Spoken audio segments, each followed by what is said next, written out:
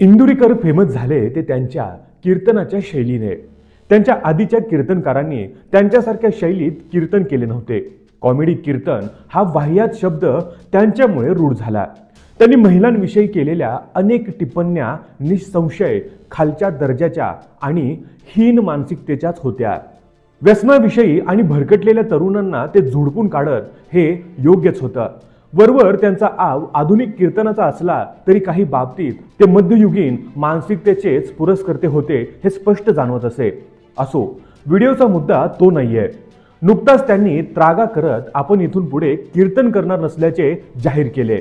त्यांनी काय करावे हा त्यांचा अधिकार आहे, आपण त्याविषयी हक्काने सांगू शकत नाही। मात्र कीर्तन बंद करण्यासाठी त्यांनी जी सबब पुढे केली आहे ती अयोग्य आहे। ते म्हणतात की लोकांनी त्यांना घोडे लावलेत। किती ओजस्वी भाषा आहे ही। पोरीने लग्नात गॉगल घालून नाचू नये, गालांना मेकअप करू नये, डोळ्याखाली खाचात रंग भरू नये, लिपस्टिक लावू नये, वरात काढू नये आणि काढलीच तर त्यात नाचू नये, अशा 100 गोष्टी ते खिदळत उड्या हाणत सांगत असत। लोकही बारुळ्यागत टाळ्या वाजवत। लग्न साधीच केली पाहिजे, त्यात उधळपट्टी करू नये, कमी माणसं बोलवावीत, लग्नाचा फालतूचा खर्च कमी करून तो पैसा सामाजिक कार्याला दिला पाहिजे, लग्नात बडेजाव करू नये, गाड्या आणि घोड्यांचे प्रदर्शन करू नये। ही सगळी त्यांची मते। ही मते चांगलीच आहेत, यात दुमत नाही। नुकताच त्यांच्या मुलीचा साखरपुडा दिमाखात आणि थाटामाटात साजरा झाला। त्यांच्या मुलीला सर्व सुखे लाभोत असाच आशीर्वाद साऱ्यांनी दिलाय। मात्र त्याच वेळेस त्यांच्या विसंगतीवर बोट ठेवण्यात समाज मागे राहिला नाही, हे आता लपून राहिले नाही। त्यांनी ज्या ज्या गोष्टींवर टीका केली होती त्या सर्व गोष्टी त्यांच्या या सोहळ्यात साजऱ्या झाल्यात। त्यांची मुलगी गॉगल घालून कारच्या सनरूफ मध्ये उभी राहून नाचली आहे। या नाचण्याला माझा तरी आक्षेप नाहीये, त्यांचा मात्र नक्कीच होता। तिने मेकअप केलाय। त्यांच्या भाषेत सांगायचे झाले तर तिने नको ती सर्व थेर केली आहेत। मुलींनी काय करावे काय नाही हे सांगण्याचा त्यांचा अधिकार नसूनही त्यांनी हिरे मानक उधळावीत तशी ही मुक्ता फळे उधळली होती, जी सर्वस्वी अश्लाघ्य आणि अस्थानी होती। आता ते कचाट्यात सापडलेत। इंदुरीकरांनी लग्न साखरपुड्याविषयी जे सांगितलं होतं त्याच्या नेमकं उलट त्यांच्या कार्यात घडलेलं दिसतं। नवरदेव डुलत आला आणि त्यांच्या वरातीत नागिन डान्स, मुंगळा डान्स हे त्यांचे शब्द आहेत। झाला नाही, लोक जिंकले नाहीत, या गोष्टी वगळता बाकी सर्व तसेच झाले। आता यासाठी ते कोणाला बोलणार आहेत? ते म्हणतात की वराडी मंडळी भारतीय बैठकीत होती, जेवण मांडणारे वाढपी वारकरी वेशभूषित होते, लग्नाला आलेल्या महिला मराठी साज नेसून होत्या इत्यादी। मात्र ते हे सांगत नाहीत की ज्यांनी त्या भपकेबाजीवर टीका केली होती ती त्यांना टाळता आली नाही। नाचणाऱ्या स्त्रियांवर टीका केली होती ते टाळता आले नाही। तुम्ही खुर्चीवर बसला की जमिनीवर बसला याला महत्त्व नाही, तुम्ही जे सांगत आला होतात त्याचे तुम्हीच पालन केले नाही हे महत्त्वाचे आहे। वाढपी वारकरी वेशात होते की नव्हते याला तितके महत्त्व नाही, जितके महत्त्व जेवणाचा मेनू कमी खाद्यपदार्थांचा होता की नव्हता याला आहे। कारण हा मुद्दा देखील ते कीर्तनात सांगत असत। एकच लापशी करत जावा, आमटी चपाती आणि भात पुरेसा आहे, घेरे बुंदी हे त्यांचंच कीर्तन आहे। आता ही सर्व त्यांचीच मते होती, आता त्यांच्याच अंगलट आली आहेत। या विषयावर अतिशय प्रतिकूल मत मांडत सामान्य लोकांवर त्यांनी नेहमीच तोंड सुख घेतलंय। सबब जे स्वतःला कीर्तनकार प्रबोधनकार म्हणून घेतात त्यांनी दशकांपासून ज्या गोष्टींवर कडाडून टीका केली तीच गोष्ट त्यांनी केली असेल तर ती नैतिक दृष्ट्या चूकच होय। समजा त्यांनी अशा प्रकारची टीका त्यांच्या कीर्तनाद्वारे केली नसती तर त्यांनी हा कार्यक्रम कसाही केला असता तर त्यावर टिप्पणी करण्याचा अधिकार केवळ त्या लोकांना उरला असता जे अशा प्रकारच्या सोहळ्यांना फाटा देऊन आदर्श पद्धतीने लग्न साखरपुडा आदी कार्यक्रम करतात।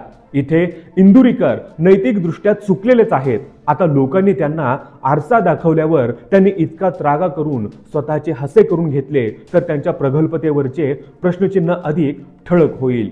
आपण चुकलो हे प्रांजळपणे मान्य करण्याची उदारता त्यांच्या ठाई नसेल आणि त्यांना बोल लावणाऱ्यांवरच ते नाराज असतील तर त्यांनी कठोर आत्मपरीक्षण केले पाहिजे।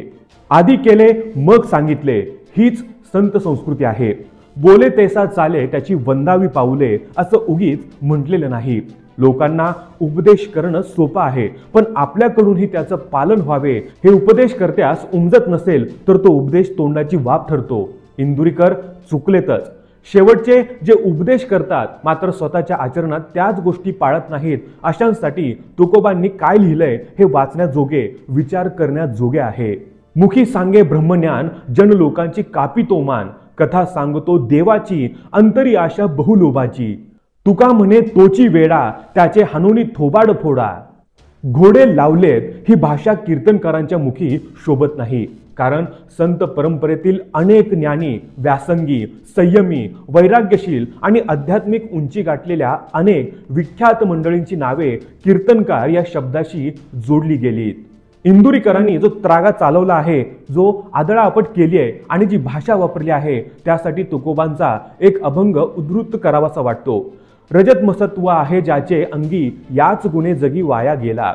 आपली संत परंपरा काय सांगते हे त्यांना ठाऊक असेलच, त्यांना आपण काय सांगायचे, कारण तो आपला प्रांत नाही। त्यांनी समाजाला काही उपदेशाचे डोस पाजले असल्याने हा त्यांना दाखवलेला आरसा आहे। आम्हा घरी धन शब्दांचीच रत्ने, शब्दांचीच शस्त्रे यत्न करू। शब्द नेहमी जपून वापरले पाहिजेत याचे भान अशा कीर्तनकारांना नसावे, अशी शंका वाटण्याजोगी परिस्थिती आहे। लोकांना विनोदी वाटावे, त्यांनी खिदळावे, टाळ्या पिटाव्यात म्हणून कसलेही शब्दप्रयोग करणे याला काय म्हणावे। उठता बसता माऊलीचा घोष करण्यापेक्षा त्यांची तत्वे आणि त्यांचे अन्वय लोकांपर्यंत न्यायला हवीत, हे या मंडळींना आपण कसे सांगायचे। अशाने वरून कीर्तन आतून तमाशा ही म्हण लोकांच्या मनात रूढ होण्यास मदत होते। भागवत संप्रदायाचे पाईक असणाऱ्या अन्य वारकरी, टाळकरी आणि आध्यात्मिक मंडळींनी अशा प्रवृत्तींना पूर्वीच पायबंद घातला असता तर कीर्तनाच्या नावाखाली उगवलेले भरमसाठ तण माजलेच नसते।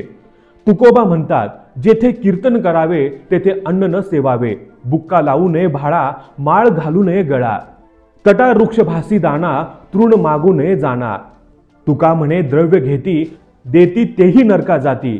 आत्ताचे कीर्तनकार ही गोष्ट मानतात का, हा प्रश्न त्यांनी स्वतःलाच विचारला पाहिजे।